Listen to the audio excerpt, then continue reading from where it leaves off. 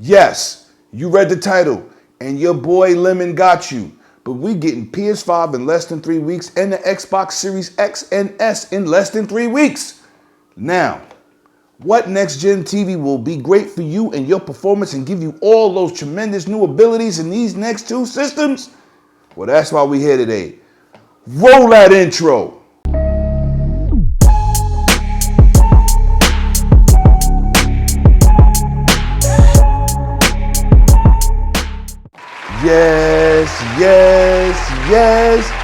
Yes. Welcome back to One Way Dragons TV, baby. It's your host, Lemon23, aka Lemethus, right hand of Zeus. And yeah, you saw that intro, you read that title, you know why we here. Now, we're gonna start from big, small budget, medium range, great quality, to high-end, boombastic, give you all the next-gen features type TVs, and I will go through and explain what each TV presents. I will put in the links in the description, all the reviews from ratings.com. They're a very credible site. Don't give no opinions, just tell you about the performance of the television. And at the end, I will give you some reputable, nice TVs for more, maybe on the budget side, and still give you some next-gen features, maybe not give you the perfect blacks, but still give you great performance for next-gen gaming. And with that being said, let's hop into the video. Now, let's just jump straight into the tech side of things. I'm gonna keep this simple because I see a lot of people out here explaining the situation, and it really could be overwhelming and making your TV purchase so dreadful. So I'm trying to make it a little bit more simple. Last generation with 4K gaming, we had to have cables that ran at 18 gigabytes a second. This generation on HDMI 2.1, we have to have cables running at 48 gigabytes a second. And for gaming, you technically only need 40. But rest assured, you don't have to worry about that because your boy Lemon is gonna tell you something that you don't wanna know. Those cables are included in both the PS5 and the Xbox Series X and S, and you don't have to worry about cables. Now, with that being said, you also have to look into TVs with a wide color gamut, not too many blacks crushed, and we're gonna get into that later with OLED in terms of gaming, but we're gonna get into these smaller TVs, and the first TV I'm gonna start off with is the TCL 635. Now, this is a very budget TV, and it's definitely gamer friendly. We have VRR, we also have auto game mode, we also have low latency, and this TV is roughly about $700, and it does not do 4K at 120. But let me say this, it does 1440p at 120, and it has many LED backgrounds. The contrast gets pretty high, and the brightness is definitely where you need to be. Now, for everybody out there, if you go out there and you purchase the Xbox Series X, and you have a game that has a 120 refresh rate, you will still be able to play at 1440p max settings and the 120 frames per second. This is a very excellent budget TV, bang for buck, great colors. And no, you're not gonna get all the 4K 120 features, it doesn't matter, but it has everything you possibly need for the gaming side. Now, let's hop into the next TV. Now this TV here, I'm gonna break it down to you. It doesn't have the VRR yet. It is the Sony X900H. Now let me tell you something, this TV has been shown out. It has beautiful, wide color gamut of colors. It is an excellent TV. It is also at 65 inches. It's like $985 currently, and I will have links in the description for every TV that we talk about today. Now, they just recently received the update 5 days ago to enable 4K 124 frames a second gaming, or 4K 120 hertz. But this is the thing, you have 2 ports on this TV. You have ports 3 and 4, which enable these features. It also has auto game mode. It doesn't have VRR. They promise this later on down the road, hopefully before the launch of these 2 consoles. But the X900H has officially sold out everywhere. It's been sold out.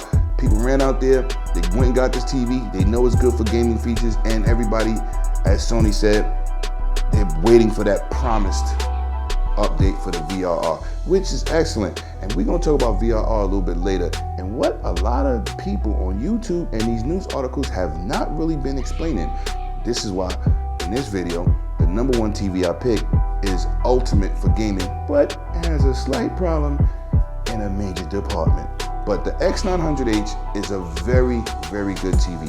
Now, my recommendation is for all the TVs that we're going to talk about, I think you should wait to see when these systems are tested on these TVs to get the definitive decision. And you know, like and subscribe, come right back, because I'm going to have all that information again for you. Now, the next TV we're going to get into, this one is type fire. Facts. Now, this is a TV. It's on the high-end side. It's definitely costly, but it's an LED and it gives you performance out the wazoo for gaming. This is the Samsung Q90T. Now you're saying, Lennon, why wouldn't you buy it? Variable refresh rate, auto low latency mode, auto game mode, bright colors. They just received a patch to even improve the gaming colors, because when you used to go into game mode on this TV in the beginning of this year, they was a little bit washed out in terms of the colors. Now they released the patch and this TV is knocking it out the ballpark. Now you're saying, Lemon, why can't you recommend this TV? I can't recommend this TV. First of all, it's very pricey. So for my high-end gamers out there, y'all willing to take the chance and spend this money. Another reason I wouldn't buy this TV, and I can't recommend it, it has one HDMI 2.1 port. That's #1. You don't have to worry about burning. You don't have to worry about anything with this TV. But we're buying 2 consoles. Why be limited for more money with one HDMI 2.1 port? That's another big gripe. Another big gripe is with the Xbox Series X and S, we're getting into Dolby Vision colors for gaming. That is an amazing situation in itself. And Samsung, I'm sorry to say, does not support Dolby Vision. Now, that's my second reason for not purchasing this TV. One HDMI 2.1 port and no Dolby Vision. But I am gonna say this, if you're on a higher budget and you don't care about Dolby Vision, you buying one console, because eventually down the line, they're gonna have HDMI 2.1 switch boxes. Currently, right now, they're like $700 for one. That is not nowhere near feasible. But I think that's a little crazy, but that's in the beginning of any generation with any HDMI ports. But what they have done with this TV is amazing. It definitely has sharp colors. The color gamut is crazy. The viewing angles are crazy. But like I said, the negatives is one HDMI 2.1 port and no Dolby Vision. But if you don't care about that, if you buy one console, or you can't really be switching in and out, because you'll definitely mess that port up, this definitely would be a TV to look into if you have the budget and if you don't care about the one port. Now, we're about to get into the big boy on the block, and this TV, they have done everything possible to make this TV a gaming TV, and it would be the #1 TV, but for one reason, it's not. Facts. Let's get into this. Now, let me tell you about this TV. It is an OLED. Now I know. You know I don't support OLED for one reason. But this TV has VR, auto latency mode. It also has gaming mode. It also has 4 HDMI 2.1 ports. 4. It also has AMD's FreeSync. Now I'm gonna tell you why that's key, and why the other TVs do not have it, and what is the issue here. Now, let's get into the AMD FreeSync. First of all, with all these TVs I mentioned, there's one thing nobody's talking about. Dolby Vision gets deactivated in 4K 120 Hertz. Now, it's a bandwidth thing. So what they're doing is, even with the HDR in these games, and some of these TVs are definitely disabling that. We love HDR. We know it brings beautiful lighting. We're getting into ray tracing. We want to see beautiful graphics. And when you get into these modes with these TVs, 4K 120 hertz, if none of them do it in 4K 60 hertz, let's clarify that. But 4K 120 hertz, you got people out here saying there's no games coming out. We got Ori and the Blind Forest. We got the Master Chief Collection. We got Gears multiplayer. We got Dirt 5. We got some games out here doing a 4K 120 hertz. So every TV I mentioned turns it off except one, the LG C10. Now, it has every possible gaming feature available to you today. The first patch they put out in terms of firmware, they had to fix the TV. The second time, the TV right now is flawless. Now, this is a con. You play a game for hours over every day, whether it's Call of Duty, it could be Street Fighter. Stagnant images definitely can burn into this TV. That is the only reason I would not purchase this TV. It's a little bit, it's a lot of it, expensive on the higher side when you get into the bigger sizes. The most popular size being sold right now is the 48 inch because it's financially reachable for most consumers. But this TV has every possible gaming feature available to you today. You don't have to wait till next year. You ain't got to see what they're gonna do. This TV is the champ today, except for one thing, just burning. So we have to be patient when it comes to these TVs. But we got to see what they're gonna do with the rest of these TVs with firmware updates. Now, let's get into my total thoughts and what we all should be doing, including your boy Lemon. Facts. Now, my final thoughts on all these TVs. Y'all heard from the smallest financial level with the 635 TCL to the C10. Let me tell you what we all should be doing right now. We all should be sitting on the gate and waiting for the performance and how in sync they will be with these next two systems. I'm definitely purchasing both systems day one. I'll be doing unboxes. Like and subscribe. Don't miss out on none of that information. But with that being said, we have to be patient. We have to wait. I'm gonna give y'all some honorable mentions. Once again, you don't care about Dolby Vision, that Q70T, that Q90T is definitely something to look in from Samsung. And it was brought up to my attention. Shout out to my daughter's godfather. He brought up a TV, the LG Nano 99.